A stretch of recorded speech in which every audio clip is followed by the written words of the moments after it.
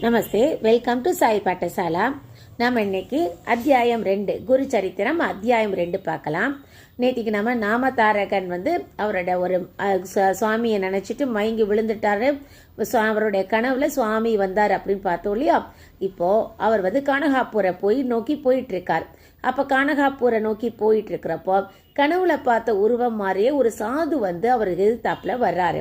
அவர் கேட்கிறாரு, நாமதாரகன் சொல்றாரு, சுவாமி உங்களை பார்த்ததுனால நான் ரொம்ப தன்யன் ஆயிட்டேன், நான் ரொம்ப புண்ணியம் பண்ணவன் ஆயிட்டேன், நான் ரொம்ப வருத்தத்தோட ஸ்ரீ குருவை பார்க்கணும் நான் போய்கிட்டு இருக்கேன்.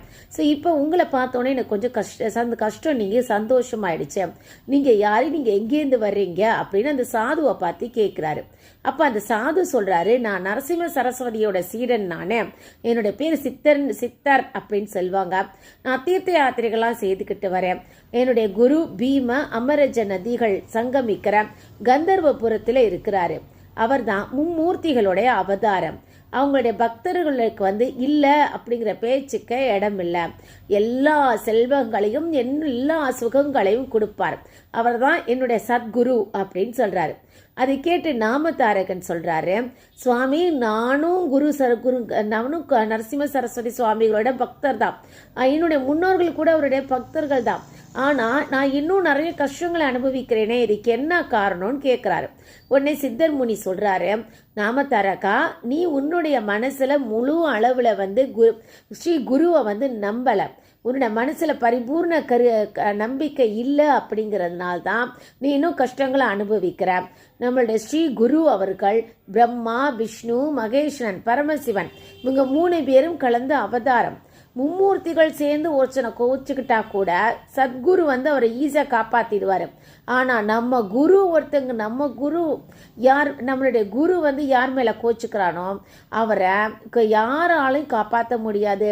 மும்மூர்த்திகள் வந்தாலும் அவங்கள காப்பாற்ற முடியாது.